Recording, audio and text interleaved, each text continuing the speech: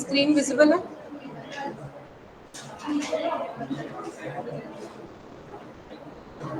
Online Yes, screen आवाज है? yes, ma'am. आवाज क्लियर आ रही है? आवाज बात ही नहीं। आवाज क्लियर है कृष? Yes, ma'am.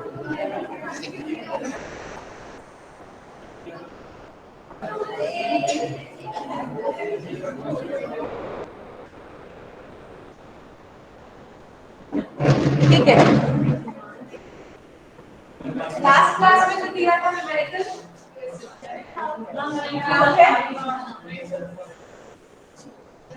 सीपीयू जो एड्रेस जनरेट कर रहा है, सीपीयू जो एड्रेस जनरेट कर रहा है जिसको आप बोल रहे हो लॉजिकल एड्रेस, उस एड्रेस को आप कंपेयर करोगे किससे? एलआर से, लिमिट रजिस्टर से। क्या होना चाहिए? Must be less than that, सबसे सिंपलेस्ट। ठीक है, must be less than that. अगर यस है तब तो आप जाओगे, अदर नो है तो ये ट्रैप होगा या फिर मेमोरी एड्रेसिंग एरर आएगा।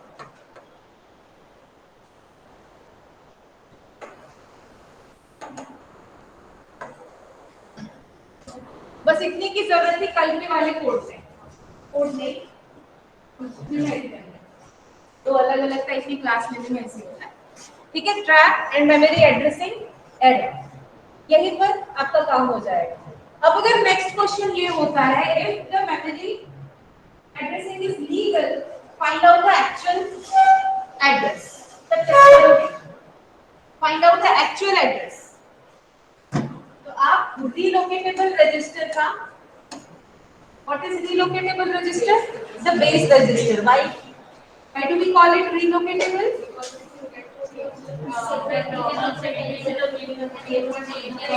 हाँ, मैंने कल बताई।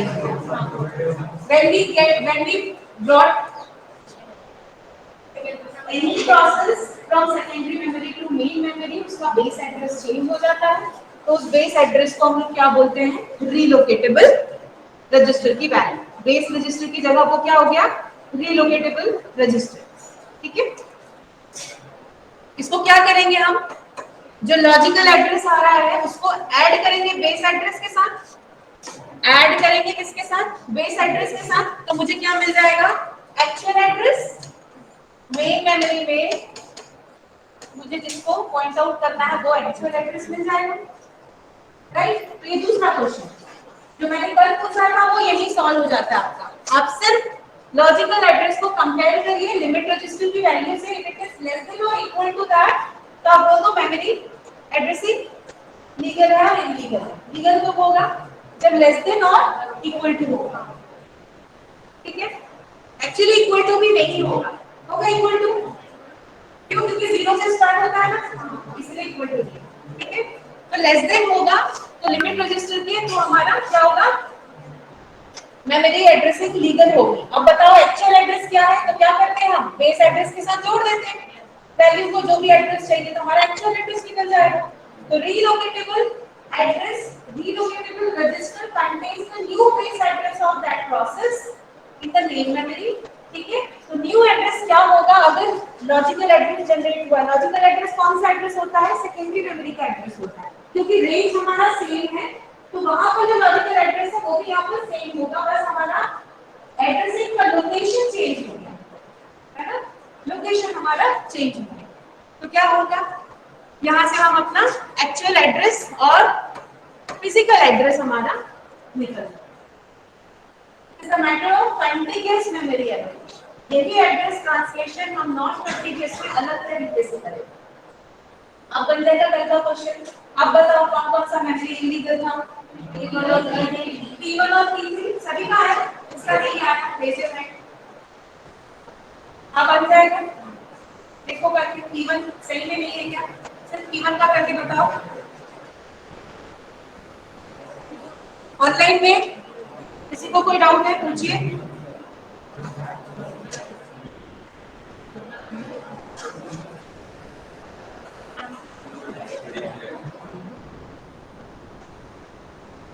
वरना नेहा अभी बैठे हो आप, अभी तो नहीं कर रहे हो, बन चुका है P1 और P3 इंडिकेटर आया।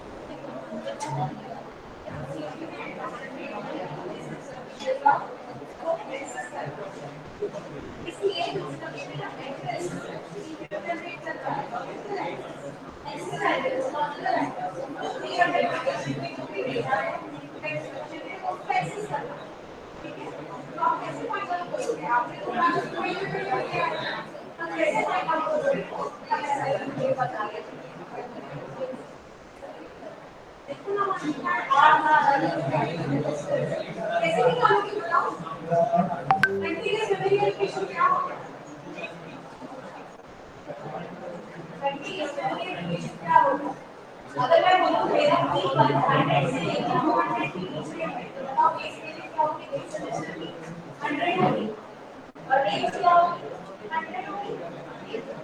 नेक्स्ट सेक्शन आ गई 100 और सेक्शन 100 और होगा ऐसे ऐसे होगा। मैंने बोला मुझे लॉजिकल एक्टिविटी का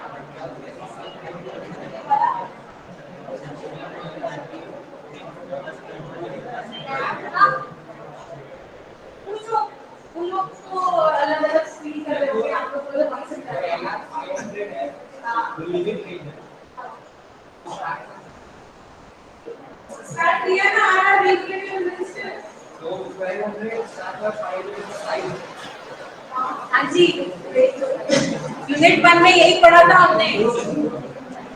क्या हो गया है सेकेंडरी मेमोरी में, कल क्या पढ़ा, इंट्रोडक्शन के बाद मैंने ये दिया है। सेकेंडरी मेमोरी में आपके सारे प्रोसेसेस स्टोर्ड है। जब वो प्रोसेस एग्जीक्यूट होता है तो you have to bring that process from the secondary memory to the main memory. अब मेन मेमोरी का साइज छोटा है, मेन मेमोरी में कम प्रोसेसेस आएंगे जो एग्जीक्यूट हो रहे हैं, जो रेडी है एग्जीक्यूट होने के लिए। तो जरूरी है क्या वहां पे जो उसका एड्रेस था वही एड्रेस मेन मेमोरी में भी होगा? होगा क्या? नहीं। बट इट इज कंटीन्यूअस, आपको कंटीन्यूअस देना पड़ेगा, नॉन कंटीन्यूअस नहीं। अगर आपके पास किसी प्रोसेस का साइज मेन मेमोरी में जितनी अवेलेबल मेमोरी है उतना है तो आप उसको लेकर आते हो और कंटीन्यूअसली उसको स्टोर करते हो। जहां से स्टोर करते हो ये आपका बेस एड्रेस हो गया। Now this base address is relocated. पहले उसका जो बेस एड्रेस है वो हमारे सेकेंडरी मेमोरी का है। अब जब हमने उसको सेकेंडरी मेमोरी से मेन मेमोरी में हम लेके आए तो बेस एड्रेस की वैल्यू चेंज हो गई ना। P1 का साइज 100 था, range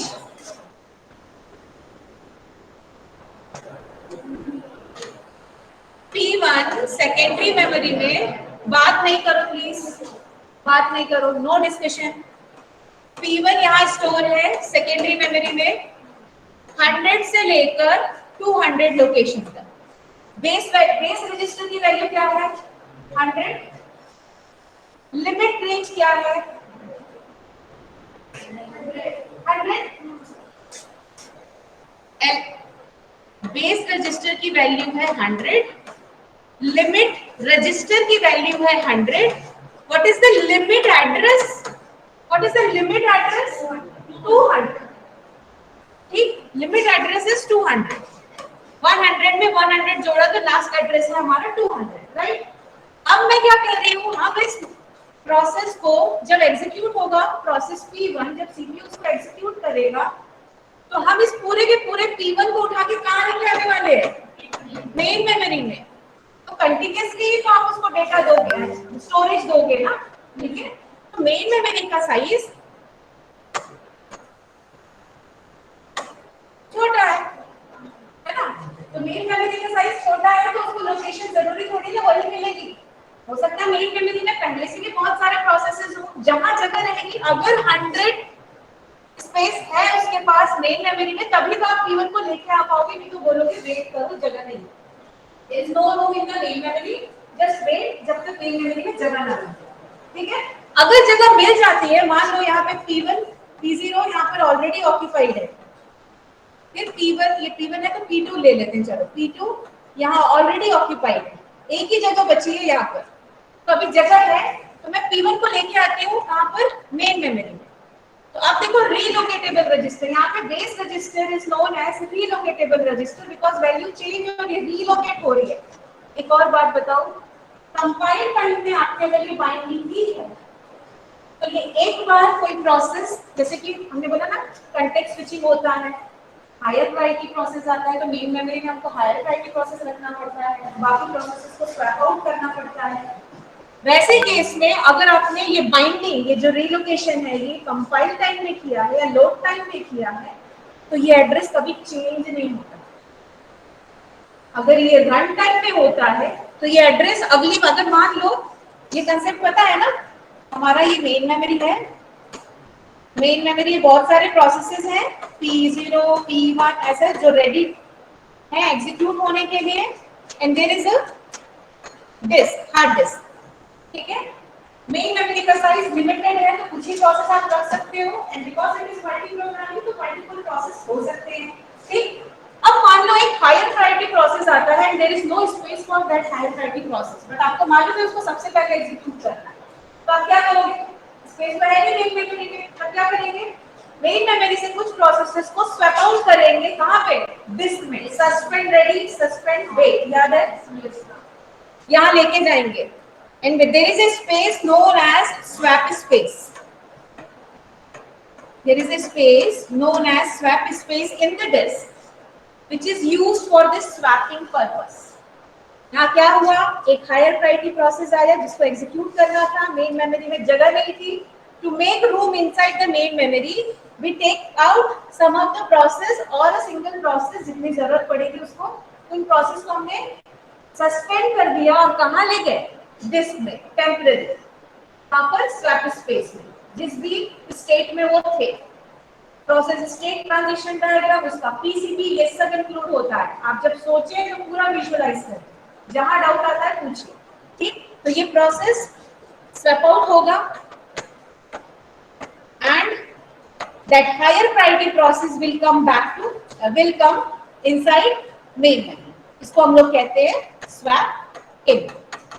Swap out the lower priority process to the swap space of the disk and swap in the higher priority process जिसको आपको execute करना है, and this whole process is known as swapping.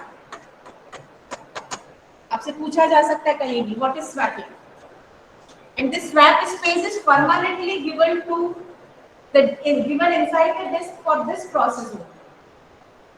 अगर आपने operating system install किया होगा तो देखना कभी उस ब्लू स्क्रीन में ये भी आता है, स्वैप स्पेस के लिए इतनी जगह है डिस्क, उसको आप और कुछ स्टोर करने के लिए यूज भी कर सकते हैं, ठीक है। तो स्वैप स्पेस, ठीक। तो अगर ऐसा केस होगा, सेम यही स्वैपिंग का प्रोसेस यहाँ पे होगा, मैं कहाँ थी, compile time and run time, ठीक है। तो अगर कंपाइल टाइम में ये बाइंडिंग हुई है, कंपाइल टाइम में ये बाइंडिंग हुई है कि आपने कंपाइल टाइम में इसको ये रीलोकेट किया है, तो अगर आपने स्वैप आउट किया और नेक्स्ट टाइम P1 को लेके आओगे तो वो तभी आएगा जब उसको ये जगह फ्री मिलेगी, क्योंकि उसकी ये जगह थी, वो यहाँ ऊपर में जगह है करके वो वहां शिफ्ट नहीं हो जाएगा। अगर रन टाइम में उसको स्टोरेज मिल रहा है कि अभी तुम जाओ, जब वापस से 100 MB की जगह बनेगी हम आपको वापस बुलाएंगे, और अगर कंपाइल टाइम रन टाइम में हो रहा है ये, तो वो कहीं पर भी जहां भी 100 MB मिलेगा वहां ऑक्यूपाई हो जाएगा और रीलोकेटेबल रजिस्टर की वैल्यू चेंज होती रहेगी based on the run time. अगर कंपाइल टाइम में ये बाइंडिंग होगी, it depends on the programmer और डेवलपर जिसने वो बनाया है। अगर वो कंपाइल टाइम में बाइंडिंग कर रहा है तो एक प्रोसेस एक बार जब मेन मेमोरी में आके जो जगह ले लिया, जो रीलोकेशन रजिस्टर में, उसके रीलोकेशन रजिस्टर में जो वैल्यू आ गई, उसकी पीसीबी में स्टोर करके रखना पड़ेगा। एक बार आ गई तो वो चेंज नहीं होगी, तो it takes time. Don't you think? अगर कंपाइल टाइम में बाइंडिंग कर दिया तो जब तक टेबल को 200 से 300 की जगह नहीं मिलेगी तब तक वो आएगा ही। ऊपर अगर पीजो एग्जीक्यूट होके निकल जाता है तो ये जगह तो हमारी खाली हो गई ना। यहाँ भी तो 100 MB की जगह है, हम यहाँ भी लाके P1 को इतनी देर से वेट करना एग्जीक्यूट कर सकते थे, लेकिन नहीं कर पाएंगे बिकॉज कंपाइल टाइम में बाइंडिंग। ठीक है, तो रन टाइम की बाइंडिंग में ये फिजिबिलिटी होती है कि जहां जगह है हम वहां ऑक्यूपाई करके रीलोकेशन रजिस्टर की वैल्यू चेंज कर करके हम उसको स्पेस प्रोवाइड करके एग्जीक्यूशन में डाल सकते हैं। अभी बात क्या हो रही है? मेमोरी के ऑर्गेनाइज होने की। इसके आगे सीपीयू है, इन्हीं में से एक एक प्रोसेस सीपीयू में जा रहा है, कंटेक्स्ट स्विच हो रहा है, वापस से मेन मेमोरी में आ रहा है, राइट? वो भी इन्वॉल्व है वहां। ठीक है, अभी हम लोग सिर्फ मेन मेमोरी का ऑर्गेनाइजेशन पढ़ रहे हैं। तो रीलोकेशन रजिस्टर की वैल्यू जब हम P1 को उठा के यहां लेके आए तो अब आरआर की वैल्यू क्या हो गई? अब आरआर की वैल्यू क्या हो गई? अब बेस रजिस्टर को मैं लिख रही हूँ रीलोकेशन रजिस्टर, क्या हो गई वैल्यू? 200। रेंज तो चेंज होने नहीं वाला, जो उसका साइज था 100 रेंज था उसका, वो वही रहने वाला है। उतनी जगह मिलेगी तभी आप लेके आओगे। अभी हम तो प्रोसेस को पार्टीशन नहीं कर रहे हैं, हम होल प्रोसेस एक प्रोसेस ले रहे हैं। ठीक है, तो ये भी सेम होने वाला है। ठीक, एलए चेंज हो जाएगा, क्या हो जाएगा? एलए 300 हो जाएगा। आ रहा है समझ में अभी अंजलि और बाकी लोगों को? क्लियर हुआ? तो जब P1 को आपने यहाँ आप लेकर आए तो इसका बेस एड्रेस चेंज हो गया। ठीक, अब ये हो गया 200, ये सेम है, रेंज सेम है।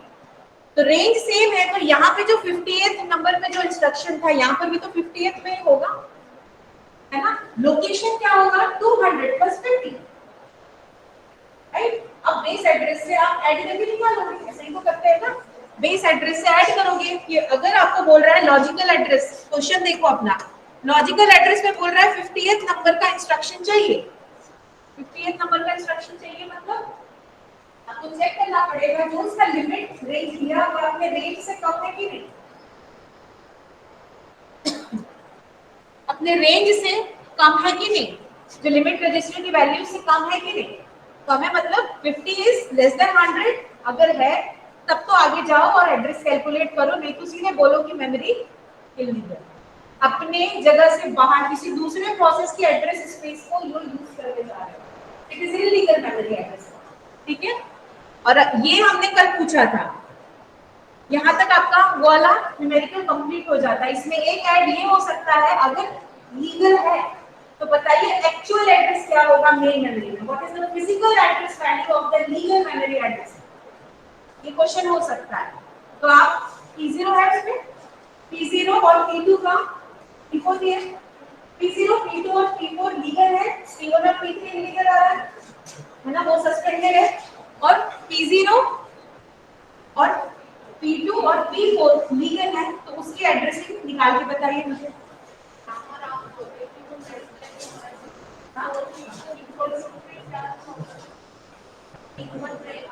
हाँ, दूसरे के एड्रेस को नीचे जस्ट स्टोर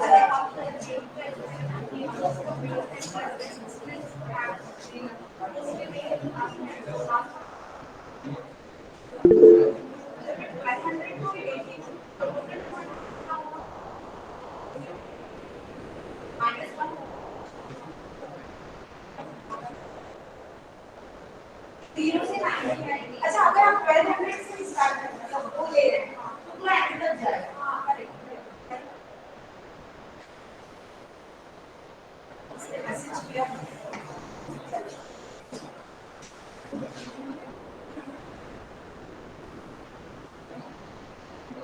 ठीक है, निकाल पा रहे हो क्या है? किसी का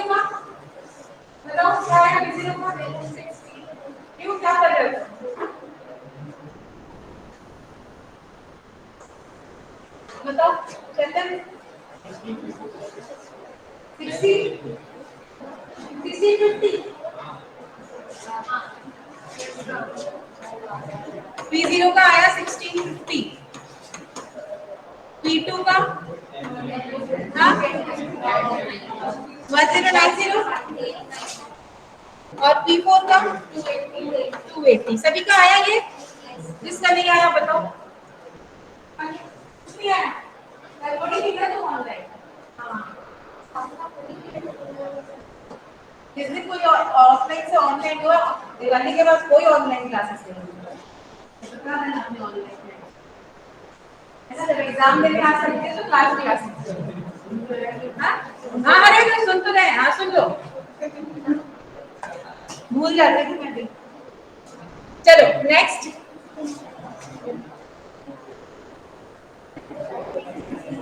नहीं ऑनलाइन में बहुत सारे लोग अच्छे से पढ़ते हैं, ऐसा नहीं कि नहीं पढ़ते।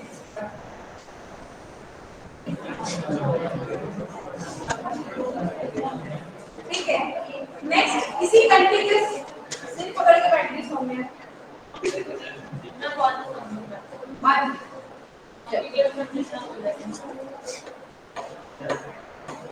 अच्छा वो डायग्राम आप लोगों ने बनाया, ट्री स्ट्रक्चर, मेमोरी हायरार्की, सभी के है कॉपी में।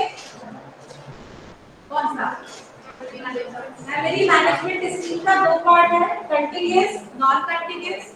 बनाओ बनाओ, इसी में टाइम चला जाएगा।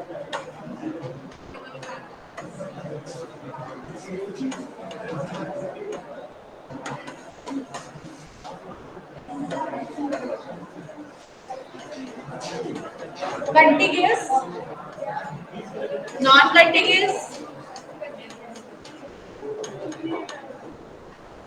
तो लोग बात क्यों करते हैं, वो समझ नहीं आता। ट्री बना के आने बोली थी, वो भी नहीं बनाया, अभी डिस्कशन चालू हो गया।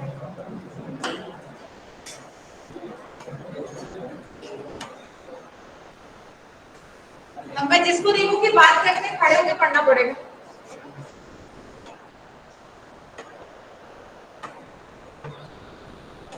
Bear machine, resident monitor,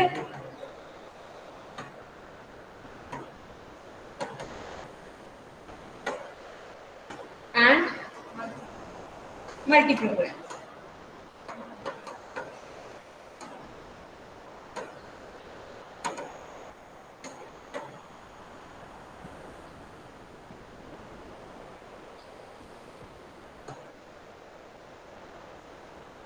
Fixed size, partitioning,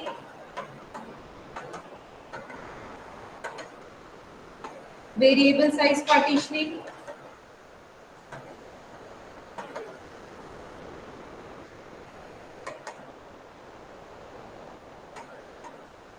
non continuous में 2 पढ़ना है हमको, पेजिंग एंड सेगमेंटेशन।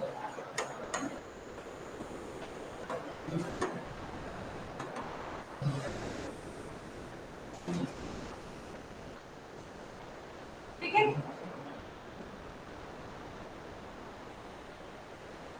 मेमोरी लिख लेना, continuous memory, non continuous memory allocation actually है ना, continuous memory allocation and non continuous memory allocation. तो कंटीन्यूअस मेमोरी एलोकेशन में आप देख रहे हो बेयर मशीन, बेयर मशीन मतलब ओनली मशीन जहां पे कोई भी ऑटोमेटिक टूल नहीं था, कोई फंक्शन नहीं था जो आपके काम को इनपुट ले रहा है, प्रोसेस कर रहा है और आउटपुट दे रहा है ना। इनिशियल उस समय भी जो आप इनपुट लेकर अपने कोड को या फिर प्रोग्राम को जिसमें भी स्टोर करते थे वो कंटीन्यूअस मेमोरी एलोकेशन होता था, इसलिए हमने उसके अंदर में उसको पार्टीशन किया। ठीक, तो बेयर मशीन में जहां कोई ऑपरेटिंग सिस्टम नहीं होता था, बट उस समय जो मेमोरी यूज होती थी वो कंटीन्यूअस होती थी, और कंटीन्यूअस क्या है हमने अभी थोड़ी देर पहले पढ़ा। ठीक, फिर दूसरा है रेसिडेंट मॉनिटर, इसका छोटा छोटा पैराग्राफ्स है, वो मैं आप लोग को दे दूंगी पीडीएफ में। रेसिडेंट मॉनिटर मतलब छोटा सा ऑपरेटिंग सिस्टम या फिर नॉर्मल फंक्शन करने वाला एक ऐसा सिस्टम जिसमें जिसको हम ऑपरेटिंग सिस्टम बोल रहे थे, which resides inside the memory, resident. वो रेसिडेंट है और एक मॉनिटरिंग यूनिट की तरह काम करता है। हाँ, ठीक है। तो उसको ऑपरेटिंग सिस्टम नहीं बोल सकते, but it works as automatic calculation of something. सारी कुछ चीजों को आपने इनपुट बस दे दिया, डेटा आपके पास है, वो कैलकुलेशन करेगा और आउटपुट आपको मिलेगा। आपको एक एक चीज का मैनुअल इंस्ट्रक्शन देने की जरूरत नहीं थी रेसिडेंट मॉनिटर के टाइम पे, ठीक है, जब ऑपरेटिंग सिस्टम स्टार्ट हुआ था आना। फिर आया हमारा मल्टी प्रोग्रामिंग का कंसेप्ट। मल्टी प्रोग्रामिंग के कंसेप्ट में क्या है? What is multi programming? Class your name? हाँ, राशि, बताओ Rashi, what is multi programming?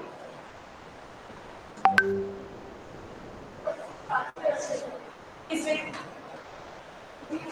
CPU में रख दे। और बताओ बाजू next, what is multi programming?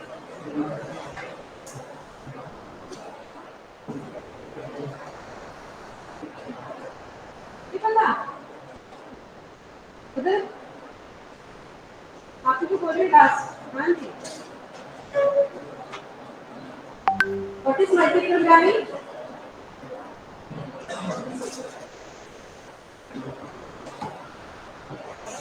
Next, अच्छे से खड़े हो जाओ, है ना? बैंक में सब साथ अच्छे से खड़े हो जाओ, बहुत देर खड़े रहना पड़ेगा। आप बताओ, आदित्य नाम है ना आपका? आरोमान, व्हाट इज मल्टी प्रोग्रामिंग?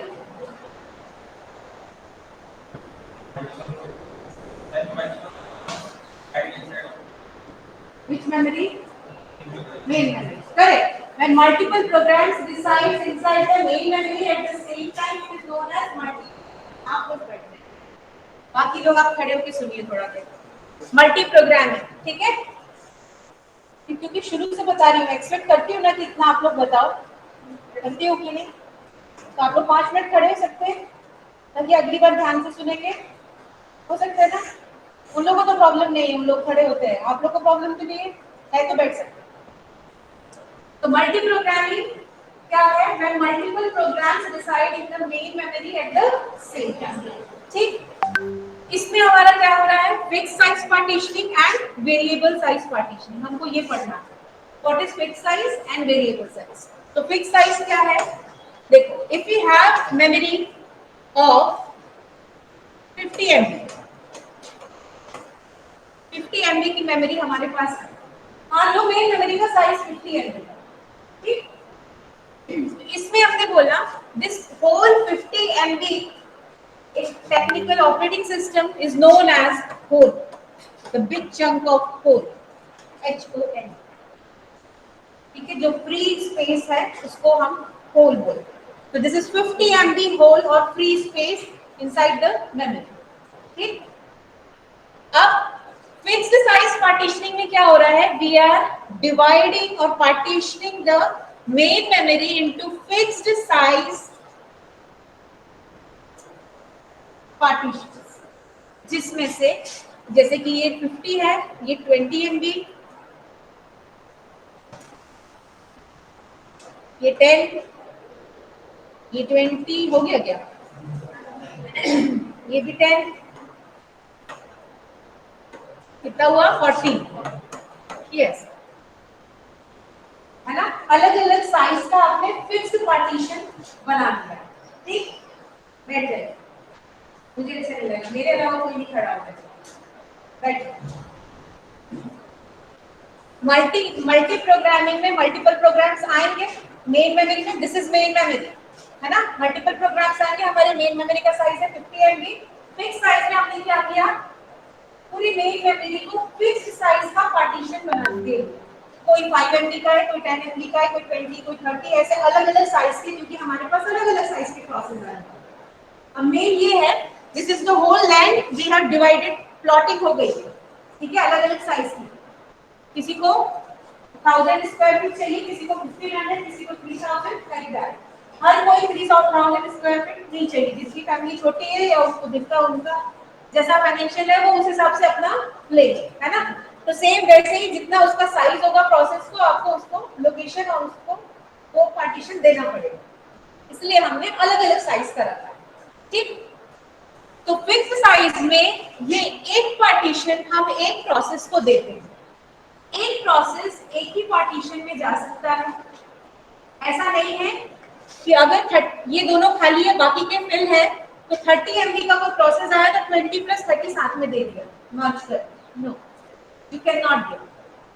हम 30 की बात ही क्यों कर रहे हैं, 30 से ज्यादा का तो इसका पार्टीशन ही नहीं है ना, तो वो तो बात ही नहीं कर सकते क्योंकि दे ही नहीं सकते, ठीक। तो अगर जैसे यहाँ पे 10 और 10 ये फिल है और ये 10 और 10, उन लोग कैसे दिख रहा होगा, ये कितना टफ है पढ़ाना।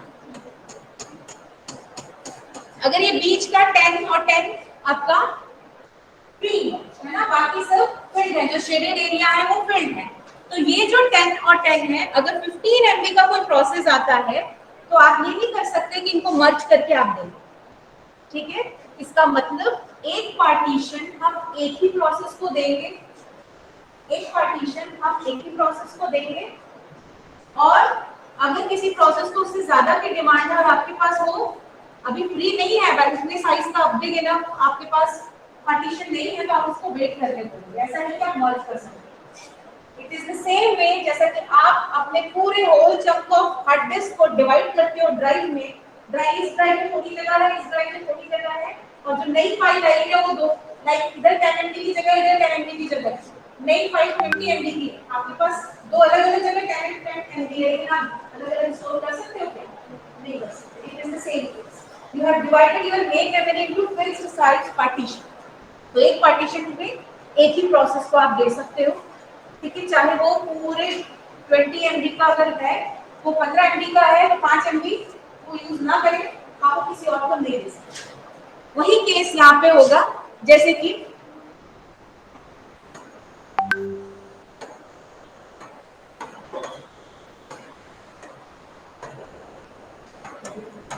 एक प्रोसेस आता है P1 जिसको चाहिए क्या 10 MB, हाँ तो ये MB का है सारा ब्लॉक, तो कौन सा दोगे,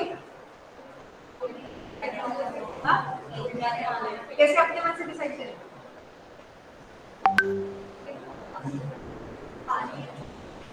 खाली है तो दे सकते हैं, तो 20 भी दे सकते हैं, 10 तो 10 वाला देते हैं, राइट। तो there are this dynamic storage allocation के लिए there are 3 ways, first fit, best fit and worst fit. एक नेक्स्ट फिट भी होता है, आप ये समझ जाओगे तो नेक्स्ट फिट भी समझ आएगा, नेक्स्ट एलोकेशन है उसको हम देते हैं, ठीक। First fit, best fit and worst fit, this are the different ways, ठीक। तो अगर P1 आता है 10 MB का, तो हम उसको कौन सा लोकेशन दे सकते हैं, अगर फर्स्ट फिट है हम स्टार्टिंग से हमेशा सर्च करेंगे, ऑल्दो बुक में ये लिखता है हम हमेशा स्टार्टिंग से भी सर्च कर सकते हैं, या फिर लाइक P1 के बाद आप P1 को अगर ये देते हो तो P1 के बाद P2 आता है तो आप यहाँ से भी आगे जा सकते हैं, मिड ऑफ द जहां पर आप लेफ्ट किए थे लास्ट टाइम वहां से भी स्टार्ट कर सकते हैं, ऐसा भी होता है। लेकिन हम लोग क्योंकि हम लोग को प्रोग्रामिंग नहीं कर रहे तो हम लोग हमेशा स्टार्ट से लेंगे, ठीक है। तो स्टार्ट से लेंगे तो फर्स्ट फिट में क्या होगा, स्टार्ट से हम ये चेक करेंगे which partition is big enough to accommodate the new request, जो नया प्रोसेस रिक्वेस्ट कर रहा है 10 MB का, कौन सा पार्टीशन है जो बिग इनफ है उसको एकोमोडेट करने के लिए। तो अगर फर्स्ट फिट है तो आप 20 MB को उसको देना पड़ेगा, ठीक है, क्योंकि तो प्रोग्रामिंग करोगे ना, तो 20 MB का जो स्पेस है वो किसको चला जाएगा, P1, तो ये P1 को दे दिया। P1 कितना था, उसको चाहिए था 10 MB, तो 10 MB तो ये यूज कर लिया, और बाकी का बचा जो है ये क्या हो गया, वेस्ट हो गया, this is wasted, it can not be used by any other process. अगर नेक्स्ट प्रोसेस 5 MB का आता है तो क्योंकि वहां 10 MB की जगह है तो हम दे देते हैं, नो यू कैन नॉट, ठीक है, that space is wasted and this wastage is known as internal fragmentation. Internal fragmentation तभी होता है जब हम अपनी मेमोरी को फिक्स्ड साइज में डिवाइड कर लेते हैं। तो जो जितनी मेमोरी प्रोसेस को चाहिए थी वो उसने ले ली, बाकी की बची हुई मेमोरी ना तो वो खुद प्रोसेस यूज करेगा क्योंकि उसको चाहिए नहीं, ना तो आप किसी और को असाइन कर सकते हो। तो वो जो मेमोरी है वो फ्रेगमेंट हो गई, क्योंकि फ्रेगमेंट हो गई, अब उसको किसी को आप दे नहीं सकते, इट इज टोटली वेस्टेज। ठीक है, तो ये इसको हम लोग क्या कहते हैं, इंटरनल फ्रेगमेंटेशन। तो फिक्स्ड साइज पार्टीशनिंग में कौन सा प्रॉब्लम है, इंटरनल फ्रेगमेंटेशन। ठीक है, आया समझ में? इसमें कोई और एग्जांपल आपको लेना है? जैसे मान लो ये भी फील्ड है, ये भी फील्ड है। अब अगर नया प्रोसेस आता है 3-4, वो डिमांड करता है 20 MB की, क्या बोलोगे? The new process keyboard requesting 20 MB of main memory. 10 plus 10, 20. But we cannot give because this is two different partitions, 10 and 10. We need contiguous allocation. क्योंकि contiguous memory allocation है, इसको 20 चाहिए तो contiguously चाहिए, partition में नहीं चाहिए हम, क्योंकि इसको partition नहीं कर सकते। ठीक, तो इसका मतलब क्या हुआ, you have enough memory to assign to that process key code, but you cannot. Called external fragmentation. If you have enough main memory to assign any process, but you cannot because of this partition, this is known as external fragmentation. और हुआ कितना external fragmentation, जितने की demand हुई और accept नहीं हुआ, वो external fragmentation, मतलब 20 MB का external fragmentation। और तो उधर भी 20 है, लेकिन वो 20 MB क्या है, ये वाला 20 है। एक्सटर्नल फ्रेगमेंटेशन मेमोरी कितनी है, पूछेंगे आपसे, आप क्या बोलोगे, 20 है। और इंटरनल फ्रेगमेंटेशन कितना है, 10। मान लो ये सब 5-5 के, तो उसमें कोई इंटरनल फ्रेगमेंटेशन नहीं हुआ, तो 10 MB का आपका इंटरनल फ्रेगमेंटेशन। दोनों समझ में आया, what is external fragmentation, what is internal fragmentation?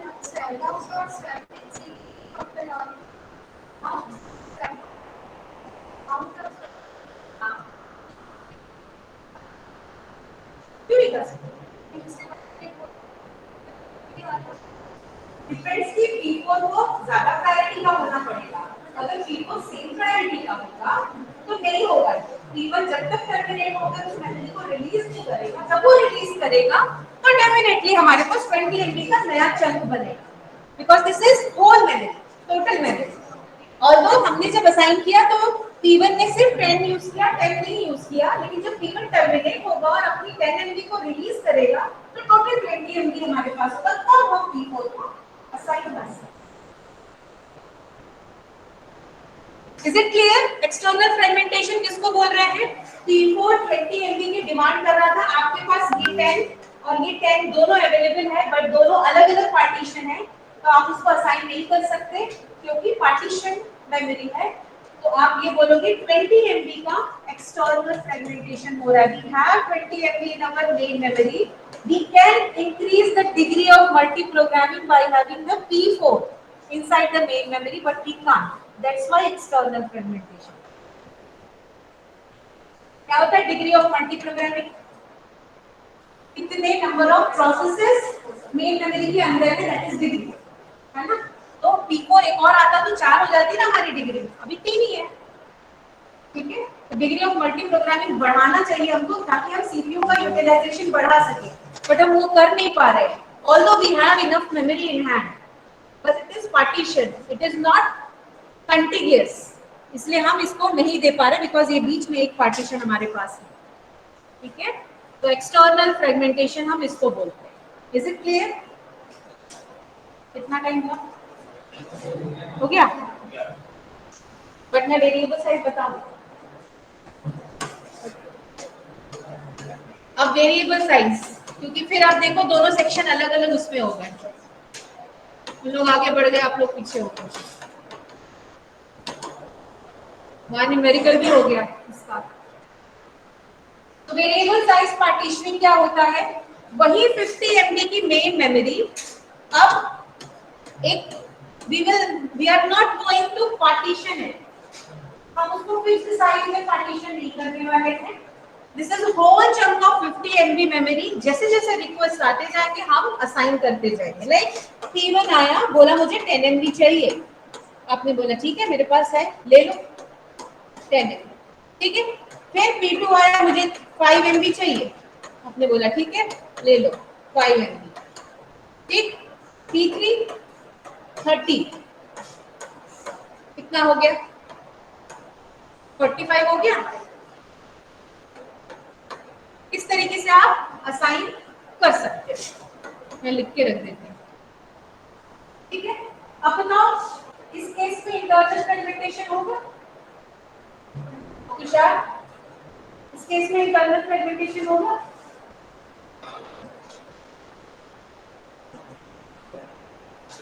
नहीं होगा। कब होता है इंटरनल फ्रेगमेंटेशन?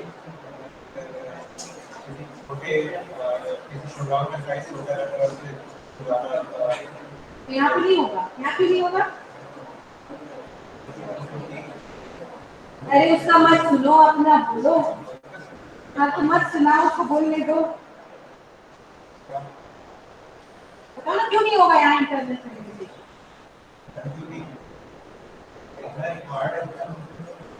जितनी रिक्वायर्ड है उतना ही दे रहे हैं, तो हम वेस्ट कर ही नहीं रहे, राइट। तो यहाँ because it is not fixed, तो हमारा इंटरनल फ्रेगमेंटेशन यहाँ पर नहीं हो रहा है।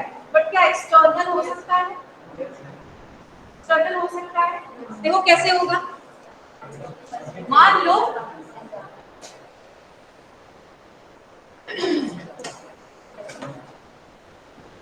इस तरीके से जगह खाली है ना, P1 और P3 ने अपनी जगह ले ली है। अभी मेमोरी में इधर एक 5 MB की जगह है पहले, और यहाँ पर एक 5 MB की जगह है। ये एक 5 MB और एक ये 5 MB।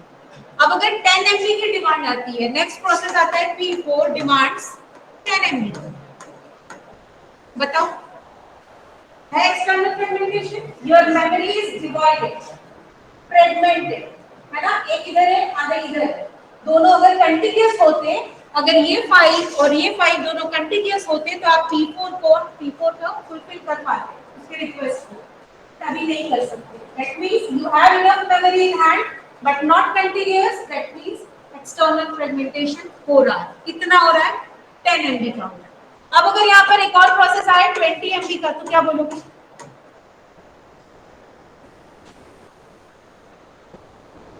क्या बोलोगे उसको? P5 को जगह नहीं है, थोड़ी देर बाद है ना। तब एक्सटर्नल फ्रेगमेंटेशन होगा क्या? नहीं, क्योंकि we don't have enough space in the memory. हमारे पास है और नहीं दे पा रहे, तब एक्सटर्नल फ्रेगमेंटेशन होगा। इस बात को ध्यान रखना, ठीक है। तभी न्यूमेरिकल का आंसर आप करेक्ट दे पाओगे। क्लियर है? इंटरनल फ्रेगमेंटेशन और external fragmentation, fix size, variable size, clear है? चलो ठीक, हाँ डाउट आ रहा है?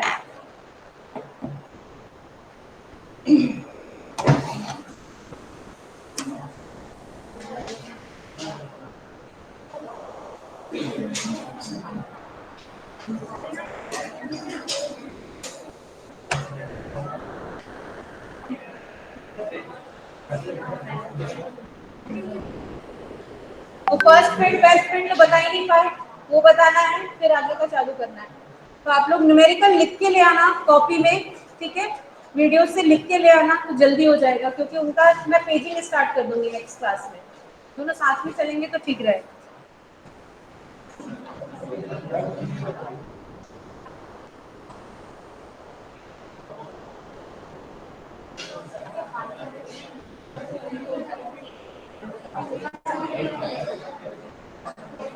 बातें नहीं,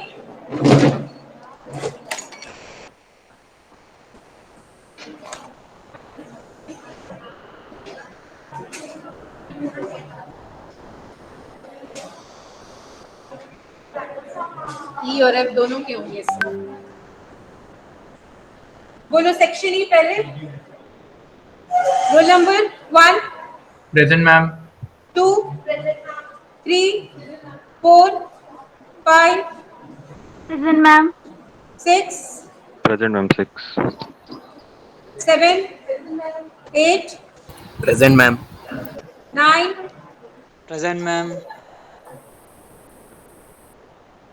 10, 11, 12, 13, 14, Present, ma'am. 15, Present, ma'am. 16, Present, ma'am. 17, 18, Present, ma'am. 17 present. 18, 19, 20, 20 present, ma'am. 18, 19 दोनों एब्सेंट है ना. 21, 22, 23, 24, 25, Present, ma'am. 26, 27, 28, 29, 29, 30, 31, Present, ma'am. 32, 33, Present, ma'am. 34, Present, ma'am. 35, Present, ma'am. 36, 37, 38, Present, ma'am. 39, Present, ma'am.